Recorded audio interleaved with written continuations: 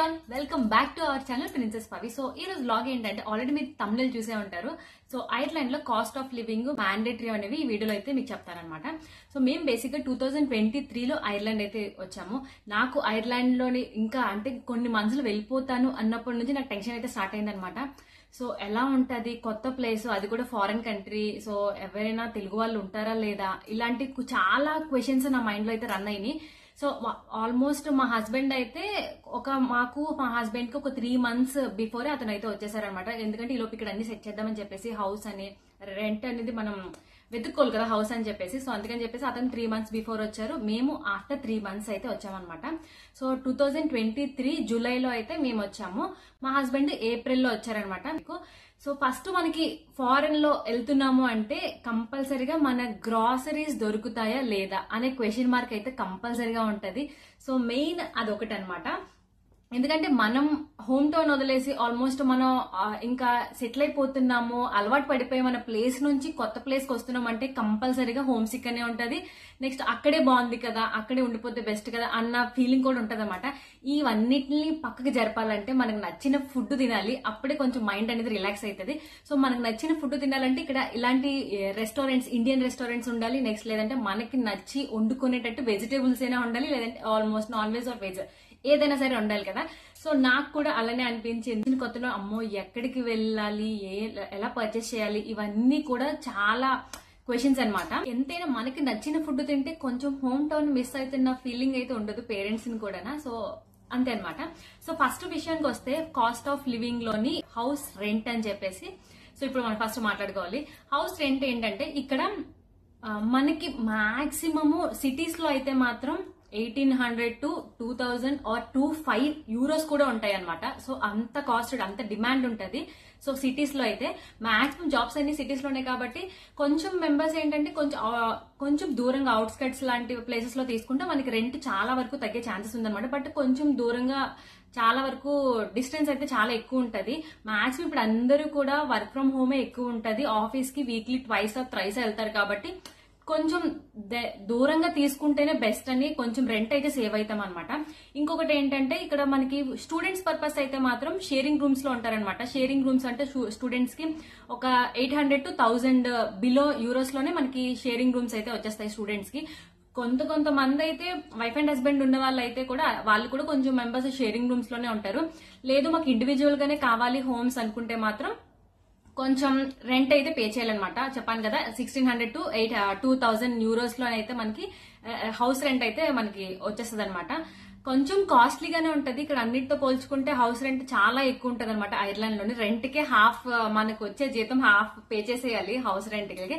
అంత డిమాండ్ ఉంటది house rent కి. ఇక్కడ వన్ మోర్ ఏంటంటే హౌస్ మనకి టూలెట్ బోర్డ్ పెట్టినట్టు అలాంటివి ఏం పెట్టరనమాట. మనం ఆన్లైన్ లో చెక్ చేసుకుని మనం పే స్లిప్స్, హస్బెండ్ వచ్చేస్తే హస్బెండ్ ఒకళ్ళే పే స్లిప్ అయితే మనం మెన్షన్ చేయాలి. లేదు వైఫ్ అండ్ హస్బెండ్ జాబ్స్ చేస్తే ఇద్దరిది pay slips 6 months before pay slip అంతా కూడా వాళ్ళకి సబ్మిట్ చేసి, ఇంకొన్ని డాక్యుమెంట్స్ ఉంటే అవన్నీ కూడా సబ్మిట్ చేసి వాళ్ళు ఓకే అంటారు, లేదంటారు వాళ్ళ ఇష్టం అనమాట. అప్పుడు వాళ్ళు ఓకే అంటేనే మనం హౌస్ అయితే ఎలిజిబుల్ అనమాట, లేదంటే క్యాన్సిల్. సో అలా ఉంటది అనమాట. మన సైడ్ అంటే టూలెట్ బోర్డ్ కనిపిస్తే హ్యాపీగా వెళ్ళి ఎంత పే చేయాలి, ఎంత అడ్వాన్స్ ఇవ్వాలి ఇలా చెప్పి అడిగేస్తూ ఉంటాం. ఇక్కడ అసలు ఛాన్సే లేదు. చాలా రూల్స్ ఉంటాయి అనమాట. హౌసెస్ కి సర్చింగ్ కి కూడా అంత రూల్స్ ఉంటాయి. రెంటెడ్ హౌసెస్ కి, ఇంకా ఓన్ హౌస్ కి అయితే మీరు ఆలోచించుకోవచ్చు ఇంత పెద్ద ప్రాసెస్ ఉంటాయి ఓన్ హౌసెస్ కి. ఓన్ హౌస్ అయితే పక్కన పెట్టేద్దాం, ఇప్పుడు ప్రెసెంట్ రెంటెడ్ హౌస్ కదా.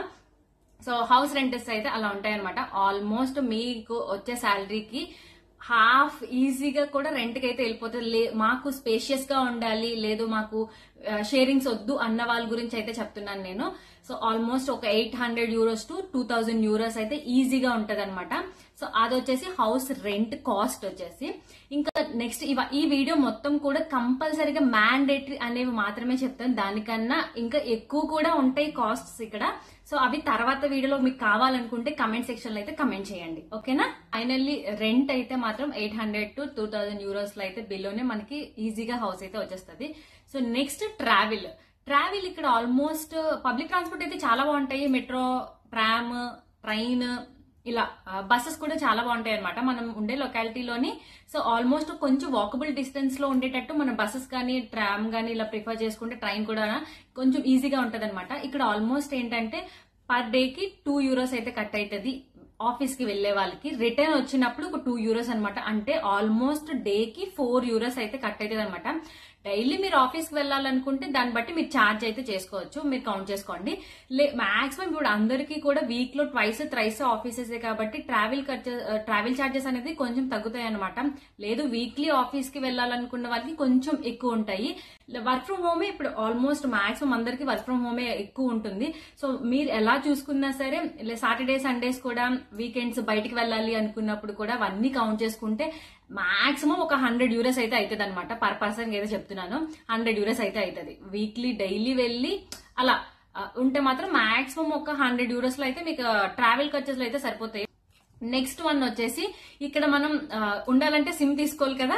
ఇండియా సిమ్స్ అయితే ఇక్కడ వర్క్ అవ్వవు కాబట్టి ఇక్కడ మ్యాండేటరీ సిమ్ అయితే తీసుకోవాలి. ఇక్కడ సిమ్స్ లోని డిఫరెంట్ బ్రాండ్స్ ఉంటాయి. మన సైడ్ వోడాఫోన్, ఎయిర్టెల్, జియో ఇలా ఎలా ఉంటాయి, ఇక్కడ కూడా అలానే ఉంటది. ఇక్కడ వచ్చేసి ఎయిర్, 3, వోడాఫోన్ ఇలా కొన్ని బ్రాండ్స్ అయితే ఉన్నాయన్నమాట. సో మాదైతే ఎయిర్ ముందు ప్రీవియస్ హౌస్ దగ్గర ఉన్నప్పుడు అయితే మాత్రం మాది ఎయిర్ సిమ్. నెక్స్ట్ వచ్చేసి నెట్వర్క్, అంటే ఇంట్లో వైఫై ఉండాలి కదా, సో వైఫై కూడా ఎయిరే ఉండేది. బేసిక్ గా ఇంకొకటి ఏంటంటే మనం హౌస్ తీసుకున్నప్పుడు లొకాలిటీలోని ఏది సిగ్నల్ వస్తుందో కూడా చెక్ చేసుకోవాలి. మీరు సిమ్ వేరే తీసుకొని వైఫై నెట్వర్క్ వచ్చేసి ఇంకొక బ్రాండ్ సంథింగ్ అలా ఉందనుకోండి, మళ్ళీ కొంచెం క్లమ్జీ అవుతుంది అనమాట. సో బిఫోర్ హౌస్ దగ్గర ఏంటంటే మాది సిమ్ వచ్చేసి ఎయిర్ తీసుకునే వాళ్ళము, నెట్వర్క్ వైఫై కూడా మాకు ఎయిరే ఉండేది. బట్ ఇక్కడికి న్యూ హౌస్ కి షిఫ్ట్ అయిన తర్వాత ఎయిర్ సిమ్ ఓకే గానీ వైఫై అయితే వచ్చేది కాదు ఎయిర్. సో మళ్ళీ మేము కన్వర్ట్ అయ్యామన్నమాట. ఇక్కడ మాకు ఉన్న లొకాలిటీలోని వోడాఫోన్ కి అయితే సిగ్నల్ బానే ఉంది. సో అందుకని చెప్పేసి ఇక్కడ సిమ్ ఒకటి వాడుతున్నాము, వైఫై వచ్చేసి వోడాఫోన్ అయితే యూజ్ చేస్తున్నాం. మేము రెండింటికి మీకు డిఫరెంట్ సిమ్, డిఫరెంట్ వైఫై, అంతేగాని కాస్ట్ లో ఏం డిఫరెన్స్ ఏం ఉండదులేండి, పర్వాలేదు, రెండు సేమ్ గానే ఉంటాయి. మీకు 1 పర్సన్ కి సిమ్ తీసుకుంటే ఆల్మోస్ట్ ఒక €15 to €20 లో అవుతుంది పర్ మంత్ కి కట్టాలి. వైఫై వచ్చేసి మనకి ఆల్మోస్ట్ ఒక €50 ఉంటది, మంత్లీ €50 అనమాట. సో అలా అనమాట, కౌంట్ చేసుకోండి. ఎన్ని సిమ్స్ తీసుకుంటే అన్ని 15 వేసేయండి. సో మేము ప్రెసెంట్ 2 people కాబట్టి సో మాకు మంత్లీ ఒక €30 అయితే సిమ్స్ కి అవుతుంది అనమాట. నెక్స్ట్ వైఫై వచ్చేసి ఆల్మోస్ట్ పర్ మంత్ €50. సో ఇదనమాట. నెక్స్ట్ వన్ వచ్చేసి ఇక్కడ ఇన్సూరెన్స్ కూడా మ్యాండేటరీ కంపల్సరీ అనమాట. ఇన్సూరెన్స్ కంపల్సరీగా ఎవ్రీ పర్సన్ ఇన్సూరెన్స్ అయితే కంపల్సరీగా ఉండాలి. సిమ్స్ లో మనకి ఎలా డిఫరెంట్ నేమ్స్ ఉంటాయో ఇక్కడ ఇన్సూరెన్స్ లో కూడా చాలా డిఫరెంట్ ఉంటాయన్నమాట. సో మనం చూస్ చేసుకోవాలి ఏదనేది. మాదైతే ప్రెసెంట్ విహెచ్ఏ అయితే తీసుకున్నాము. మాకు పర్ మంత్ కి ఒక €120 అలా కట్ అవుతుంది మా 3 people కి. ఫ్యామిలీ ఎంత ఉందో దాన్ని బట్టి వాళ్ళు డిమాండ్ చేస్తారనమాట. సో వాళ్ళు చెప్తారు, మనం అయితే పే చేయాలి. ఇవన్నీ కూడా మంత్లీ పే చేసినవే అనమాట, పక్కా అనమాట. హెల్త్ ఇన్సూరెన్స్ ఇక్కడ మాకు 3 people కి వచ్చేసి €120 అయితే పే చేస్తాము ఎవ్రీ మంత్ కూడా. నెక్స్ట్ మనకి గ్రాసరీస్ వైజ్ వస్తే నెక్స్ట్ ఇది మ్యాండేటరీ కంపల్సరీ. ఇది కూడా అఫ్ కోర్స్ మ్యాండేటరీనే. ఇది ఇంకా ఇంపార్టెంట్, మనకి తిండి తినాలి కదా. సో గ్రాసరీస్ వస్తే మనం ఎక్కడ హౌస్ తీసుకున్నానా ఇక్కడ ఐరిష్ మార్కెట్స్, సూపర్ మార్కెట్స్ అనేవి మనకి ఆల్మోస్ట్ ఒక 15 to 20 minutes, అది చాలా రేర్ అనమాట. మాక్సిమం 10 to 15 minutes లోనే ఐరిష్ సూపర్ మార్కెట్స్ అనేది కంపల్సరీగా ఉంటాయి.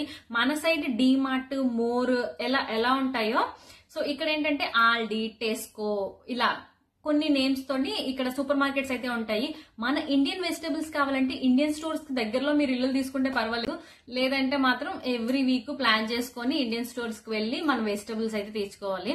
ఐరిష్ సూపర్ మార్కెట్స్ లో ఏంటంటే మనకి మాక్సిమం కొన్ని తినేవైతే దొరికేస్తాయి. సో అక్కడ ఏంటంటే మ్యాండేటరీ మిల్క్, నాన్ వెజ్ తిన్న వాళ్ళకి ఇంకా ది బెస్ట్ అని చెప్పేసి చెప్పొచ్చు. ఎందుకంటే ఆల్ టైప్స్ నాన్ వెజెస్ అన్ని కూడా ఐరిష్ సూపర్ మార్కెట్స్ లో ఉంటాయి. మన ఇండియన్ వెజిటబుల్స్ మాత్రమే ఆ ఐరిష్ సూపర్ మార్కెట్స్ లో ఉండవన్నమాట. ఇండియన్ గ్రాసరీస్ కూడా ఉండవు, ఓన్లీ ఇక్కడ ఐరిష్ వాళ్ళు తినే గ్రాసరీస్ మాత్రం ఇక్కడ ఉంటాయి. లైక్ చెప్పాను కదా, నాన్ వెజ్ తినే వాళ్ళకి అయితే ది బెస్ట్ అని చెప్పేసి చెప్పొచ్చు. మాటికి ఇండియన్ స్టోర్ కి దూరం అనుకున్న వాళ్ళకి అనమాట. ఎందుకంటే చికెన్, మటన్, ఇక్కడ మటన్ లో కూడా చాలా డిఫరెన్స్ ఉంటాయి. ల్యాంప్ ఉంటది అనమాట, మటన్ గోట్ ఉండదు ఐరిష్ సూపర్ మార్కెట్ లోని. మీకు గోట్ కావాలనుకుంటే direct go to Indian super market అనమాట.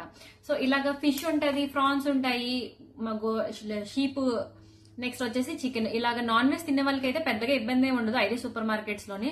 అండ్ వెజ్జెస్ వరకు వస్తే ఐరిష్ సూపర్ మార్కెట్ లో మీకు క్యాప్సికమ్, టొమాటోస్, ఆనియన్స్ ఇవన్నీ దొరుకుతాయి. మిర్చి దొరకదు again, note this point. And cauliflower, cabbage ఇలా కొన్ని కొన్ని అయితే దొరుకుతాయి అనమాట. మనం లేదు మనకి స్పెసిఫిక్ గా బెండి, బేగన్ లైక్ వెజిటేబుల్స్ లోనే బ్రింజల్, బెండి ఇలా కొన్ని స్పెసిఫిక్ గా కావాలి అనుకుంటే మాత్రం ఇండియన్ స్టోర్ కి అయితే వెళ్ళిపోవటమే. సో అది వచ్చేసి మనకి సరౌండింగ్స్ లోనే ఉంటాయి కాబట్టి పర్వాలేదు. మన ఐరిష్ సూపర్ మార్కెట్స్ లో మ్యాండేటరీ అనుకున్నప్పుడు వెళ్ళలేని దూరంలోనే మనకి సరౌండింగ్స్ లోనే ఉంటాయి అనమాట. ఇండియన్ స్టోర్స్ కి వెళ్లి మనకి నచ్చిన గ్రాసరీస్ అన్ని ఆల్మోస్ట్ మన ఇండియాలోని సూపర్ మార్కెట్స్ లోని ఎలాంటివి ఉంటాయో అన్ని దొరుకుతాయి అనమాట. ఏది లేదు అని చెప్పేసి ఇంకా ఆలోచించడానికి లేదు, ప్రతిదీ దొరుకుతుంది ఇక్కడ ఇండియన్ సూపర్ మార్కెట్స్ లోనమాట. ఎవ్రీథింగ్ యూ కెన్ బై అనమాట. సో నెక్స్ట్ వన్ వచ్చేసి ఫుడ్ విషయానికి మొత్తం ఈ గ్రాసరీస్ మొత్తం అంతా నేను మాట్లాడుతున్నది 3 people కి, just 1 kid and 2 wife and husband గురించి నేను చెప్తున్నాను. మాకు అలాగా తినడానికి ఎవ్రీ మంత్ అలాగా 600 euros కంపల్సరీగా అయిపోతుంది అనమాట. మనం వెళ్ళి తెచ్చుకొని వండుకొని తినడమే గురించి చెప్తున్నాను నేను. సో అలా 600 euros అయితే కంపల్సరీగా అయిపోతుంది. మనమే స్వహస్తాలతో వండుకోవాల్సిందే కంపల్సరీగా. కాస్ట్ ఆఫ్ లివింగ్ లోని మనకి మెయిడ్, ఇక్కడ ఐర్లాండ్ లోని మెయిడ్ ఆప్షన్ అయితే లేదు. మీకు మెయిడ్ కావాలనుకుంటే ఒకవేళ మీరు బాగా రిచ్ కిడ్స్ అయితే మాత్రము మీరు బయట నుంచి పిలిపించుకొని మీరు వర్క్ చేయించుకోవచ్చు అనమాట. ఏదో మాక్సిమం డిషెస్ క్లీనింగ్ కూడా అవసరం లేదు, ఎందుకంటే డిష్ వాషర్ ఇవన్నీ ఉంటాయి కాబట్టి. వాషర్ అయితే కంపల్సరీగా ఉంటది హౌసెస్ లోని. సో నో మ్యాండేటరీ అయితే ఏం కాదనమాట. సో ఎంత సంపాదించినా సరే మన పనులు మనమే చేసుకోవాలి. ఇక్కడ మెయిడ్ ఆప్షన్ అయితే అసలు లేనే లేదనమాట. బాగా రిచ్ కిడ్స్ మీరు అంటే మాత్రమే మనం బయట నుంచి అయితే తెప్పించుకొని మనం హౌస్ క్లీనింగ్ ఇవన్నీ చేయించుకోవచ్చు. సో ఆల్మోస్ట్ చేయించుకునే వాళ్ళు కూడా మేబీ ఉండొచ్చు. సో అన్నమాట మెయిడ్ ఆప్షన్ అయితే మనకి బడ్జెట్ లో అయితే లేదు కాబట్టి సో మెయిడ్ ఆప్షన్ అయితే క్యాన్సిల్. నెక్స్ట్ వన్ వచ్చేసి కరెంట్ బిల్లు. కరెంట్ బిల్లు ఇక్కడ కూడా 2 ఆప్షన్స్ ఉంటాయన్నమాట. మన సైడ్ ఇప్పుడు మనకి సమ్మర్ లో ఒకలా వస్తుంది కరెంట్ బిల్లు, వింటర్ లో ఒకలా వస్తుంది మన సైడ్ ఇండియా సైడ్ అయితే. ఇక్కడ కూడా సేమ్ అంతే అనమాట. మనకి ఇక్కడ ఆల్మోస్ట్ ఇయర్ అంతా వింటర్ లాగానే ఉంటది కాబట్టి ఇక్కడ సమ్మర్ ఉన్నా సరే నైట్ అయ్యేసరికి చాలా కూల్ గా అయిపోతుంది క్లైమేట్. సో అందుకని చెప్పేసి రూమ్ హీటర్స్ అయితే కామన్ అనమాట. మనకి ఇక్కడ కూడా సమ్మర్ లోనే ఒకలా వస్తుంది కరెంట్ బిల్లు, వింటర్ లో ఒకలా వస్తుంది. కొన్ని హౌసెస్ ఏంటంటే మనకి జస్ట్ ఇలా స్విచ్ ఆన్ చేసి మనం టెంపరేచర్ పెట్టుకొని మన రూమ్ హీట్ అయిన తర్వాత ఆపేసుకోవచ్చు. సో ఇలా ఉంటది కొన్ని హౌసెస్ లో హీటర్ సిస్టమ్. ఇప్పుడు ప్రెసెంట్ మా హౌసే ఉంది. ఎవ్రీ రూమ్ కి ఒక హీటర్ ఉంటది అనమాట. వాటిలన్నీ కంట్రోలింగ్ కి ఒక పెద్ద బాయిలర్ అని చెప్పేసి ఒక రూమ్ లో ఉంటది అనమాట. ఒకవేళ మీకు హోమ్ టూర్ కావాలనుకుంటే కమెంట్ సెక్షన్ లో కమెంట్ చేయండి, మీకు అవన్నీ చూపిస్తాను. సో ప్రెసెంట్ ఈ వీడియోలో అయితే కాస్ట్ ఆఫ్ లివింగ్ గురించే మాట్లాడుకుంటున్నాం కాబట్టి కరెంట్ బిల్ వచ్చేసరికి ఇక్కడ ఏంటంటే సో ఆ బాయిలర్ వల్ల మనకి టెంపరేచర్ అనేది జస్ట్ మనం ప్రెస్ చేసుకుని మనకు నచ్చినట్టు ఆపేయడానికి అయితే ఛాన్స్ లేదు. మినిమం టెంపరేచర్ అయితే కంపల్సరీగా అన్ని రూమ్స్ లోనే సర్క్యులేట్ అవ్వాల్సిందే అనమాట. సో అందుకని చెప్పేసి మనం రూమ్ టెంపరేచర్ బట్టి బయట క్లైమేట్ బట్టి మనం టెంపరేచర్ అడ్జస్ట్ చేసుకుని మనం మ్యాండేటరీగా మన రూమ్ హీటర్స్ అయితే కంపల్సరీగా రన్ అవుతూనే ఉంటాయి. అండ్ వన్ మోర్ బాయిలర్ వల్ల ఏంటంటే మీకు చెప్పాను కదా ఆల్రెడీ కొన్ని హౌసెస్ ఏంటంటే సో మనకి ఇప్పుడు వింటర్ లాగానే ఇయర్ అంతా ఉంటది కాబట్టి మనకి హాట్ వాటర్ అయితే మ్యాండేటరీ. ఎందుకంటే డిషెస్ క్లీనింగ్ అవనివ్వండి, బాతింగ్ అవనివ్వండి, సో ఇలా హాట్ వాటర్ అయితే మ్యాండేటరీ అనమాట. సో దాని వల్ల ఏంటంటే కొన్ని హౌసెస్ కి ఏంటంటే మీకు హాట్ వాటర్ కావాలి అనుకుంటే కింద స్విచ్ ఆన్ చేసుకుని కొంచెంసేపు వెయిట్ చేస్తే మనకి ట్యాప్స్ నుంచి హాట్ వాటర్ వచ్చేస్తుంది. సో అలా ఉంటాయి. మనకి అవసరం లేనప్పుడు అయితే ఆపేసుకోవచ్చు స్విచ్. సో అలా అనమాట. ఇంకొన్ని హౌసెస్ కి ఏంటంటే అది కంపల్సరీగా చెప్పాను కదా వాటి సిస్టమ్ బాయిలర్ వల్ల కంటిన్యూగా హాట్ వాటర్ వస్తూనే ఉంటది. ఒక సైడ్ హాట్ వాటర్, ఒక సైడ్ ఏమో కూల్ వాటర్, ఇలా అది కంపల్సరీగా రన్ అవుతూనే ఉంటది కాబట్టి కరెంట్ బిల్ అనేది ఇంకొంచెం డిఫరెన్స్ అయితే ఉంటది అనమాట. మనకి ఇప్పుడు ప్రెసెంట్ ఇంట్లో అయితే హాట్ వాటర్, కోల్డ్ వాటర్ రెండు వస్తూనే ఉంటాయి కంటిన్యూగా. And even washing machine also కూడా ఇంక్లూడెడ్ అనమాట హాట్ వాటర్, అలా ఉంటది ఇక్కడ. సో అదనమాట. మనకి వింటర్ లో ఏంటంటే కంపల్సరిగా బేభత్సంగా మైనస్ లో టెంపరేచర్ ఉంటది కాబట్టి రూమ్ హీటర్స్ అనేది చాలా ఎక్కువ రన్ అవుతూ ఉంటాయి. మొత్తం ఎవ్రీ రూమ్ కి ఒక హీటర్ సిస్టమ్ అయితే ఉంటది కాబట్టి కరెంట్ బిల్ అయితే మరి చెప్పనవసరం లేదనమాట. ఈజీగా మనం మేనేజ్ చేయాలనుకుంటే మాత్రం 100 to 200 ఈ మిడిల్ లో అయితే మనకి కరెంట్ బిల్ వచ్చే ఛాన్స్ అయితే ఉంటది అనమాట. 100 to 200 euros. సో మనకి ఇంకా తట్టుకోలేకపోతున్నాము చలి అనుకున్నప్పుడు మీరు రూమ్ హీటర్స్ ఎంత ఇంక్రీజ్ చేస్తే కరెంట్ బిల్ అంత గట్టిగా వస్తుంటది అనమాట. ఆల్మోస్ట్ మన ఇండియన్ కరెన్సీ ప్రకారం 20,000 కరెంట్ బిల్ అయితే ఇక్కడ పే చేయాల్సిందే. సో ఇంకొకటి ఏంటంటే ఇంపార్టెంట్, మనకి ఇప్పుడు ట్రావెల్ వచ్చేసి చెప్పాను కదా 100 మాక్సిమం 100 ఒక పర్సన్ కి మీరు బాగా విచ్చలవిడిగా తిరుగుతారనుకుంటే వెళ్ళిపోవచ్చు. 100 euros అలా అవుతుంది. కొంచెం వర్క్ ఫ్రమ్ చేస్తూ మనకి వీకెండ్స్ అప్పుడే బయటికి వెళ్ళాలి అనుకుంటే 100 లో అయితే మనం మేనేజ్ చేసేయచ్చు చార్జెస్, ట్రావెల్ చార్జెస్. లేదు మనకి కారు ఉంది అంటే మాత్రం కార్ ఇన్సూరెన్స్ కూడా కట్టాలన్నమాట. కార్ ఇన్సూరెన్స్ మీరు మీ ఇష్టం, అది ఏదో మంత్లీ పే చేసుకుంటారో లేదంటే ఇయర్లీ ఒకేసారి పే చేస్తారో అది మీ ఇష్టం మీద డిపెండ్ అయి ఉంటది అనమాట. కార్ ఇన్సూరెన్స్ కూడా కంపల్సరీ. మీరు తీసుకునే కార్ బట్టి కార్ ఇన్సూరెన్స్ అమౌంట్ అయితే మనం వాళ్ళు డిక్లేర్ చేస్తారనమాట. ఇది ఒకటి మ్యాండేటరీ గుర్తుపెట్టుకోండి. ఒకవేళ మనం కార్ లగ్జరీ ఒకవేళ ఉంది అంటే మాత్రం కార్ ఇన్సూరెన్స్ ఎక్స్ట్రా ఖర్చు అనమాట మన ఎవ్రీ మంత్ దాంట్లోనే. ఇంకా కార్ వల్ల ఏంటంటే ఎవ్రీ ఇయర్ ఖర్చులు మళ్ళీ వేరేగా ఉంటాయి. అవి కూడా కావాలంటే కమెంట్ సెక్షన్ లో కమెంట్ చేయండి. మంత్లీ ఎక్స్పెన్సెస్ ఇవి చెప్తున్నాను నేను. ఇయర్లీ ఎక్స్పెన్సెస్ వేరేగా ఉంటాయి. మంత్లీ ఎక్స్పెన్సెస్ లోని ఇంకా మ్యాండేటరీవి చెప్పాను. ఇంకా నేను నెక్స్ట్ ఏంటంటే మన షాపింగ్, నెక్స్ట్ పార్టీస్ ఇలాంటివి ఏవైనా అవి చేయాలనుకుంటే ఎక్స్ట్రా చార్జెస్ కింద వెళ్ళిపోతాయి అనమాట. అవి నేను చెప్పనే లేదు. సో ఓన్లీ ఏంటంటే ఇవి మ్యాండేటరీగా మనం బడ్జెట్ లో వెళ్ళాలి అనుకుంటే మాత్రం ఇవి కంపల్సరీగా మనం మేనేజ్ చేసుకోవచ్చు అనమాట. సో ఫస్ట్ వన్ వచ్చేసి హౌస్ రెంట్ వచ్చేసి 1600 ఆల్మోస్ట్ 1600 to 2000 ఇలా. నెక్స్ట్ వన్ వచ్చేసి మన ట్రావెల్ చార్జెస్ వచ్చేసి మాక్సిమం €100 అనమాట. 50 to 100 వేసుకోండి. నెక్స్ట్ వన్ వచ్చేసి ఇన్సూరెన్స్ కూడా 100 to 150 లోపే ఉంటది మాక్సిమం మీకు ఎవరికైనా సరే. అంటే మనం హై డిమాండ్ లో తీసుకుంటే అది వేరే విషయం. హెల్త్ ఇన్సూరెన్స్ అయితే మాక్సిమం 100 to 150 లోపు ఉంటది అనమాట. ఇంకా కరెంట్ బిల్ వచ్చేసి 100 to 200 కరెంట్ బిల్లు. ఇంకా వైఫై వచ్చేసి ఒక €50 ఉంటది. నెక్స్ట్ సిమ్ మనం యూజ్ చేస్తే సిమ్స్ వచ్చేసి ఒక €30 to 40 అయితే ఉంటది. అండ్ ఫుడ్ గ్రాసరీస్ వచ్చేసి ఆల్మోస్ట్ ఒక ఫ్యామిలీ నార్మల్ గా తినాలనుకుంటే ఒక €600 లో అలా మాక్సిమం మేనేజ్ చేయొచ్చు. సో మనం బడ్జెట్ ప్లాన్ చేసుకోవచ్చు అనమాట. ఇంకా ఇవి మాక్సిమం మ్యాండేటరీ. ఇంకా ఏమైనా ఒకవేళ మీకు డౌట్స్ ఉంటే మాత్రం కమెంట్ సెక్షన్ లో అయితే కమెంట్ చేయండి. మీ డౌట్స్ అయితే క్లియర్ చేస్తాను. So this is the video. So me hope so మీకు అందరికీ అర్థమైంది అనుకుంటాను. ఈ విధంగా మనం బడ్జెట్ అయితే ప్లాన్ చేసుకోవాలి. ఇంకా ఇవన్నీ కూడా ఒకవేళ ఇండియా పంపించే అమౌంట్స్ కూడా ఒకవేళ ఉన్నాయనుకుంటే మీరు అవి కూడా ఇంక్లూడ్ చేసుకోవాలన్నమాట. లైక్ కొంతమందికి ఏంటంటే హౌస్ లోన్స్ ఇవన్నీ ఉంటాయి కదా. సో సేవింగ్స్ కూడా ఉంటాయి కొంతమందికి. సో అలా అనమాట. ఇవన్నీ ప్లాన్ చేసుకుని ఒకవేళ ఎవరైనా మూవ్ అవ్వాలనుకుంటే మీకు యూజ్ అవుతుందని చెప్పేసి ఈ వీడియో అయితే చేశాను అనమాట.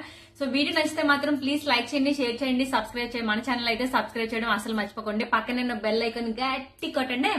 సీ ద నెక్స్ట్ లో గైస్, బాయ్.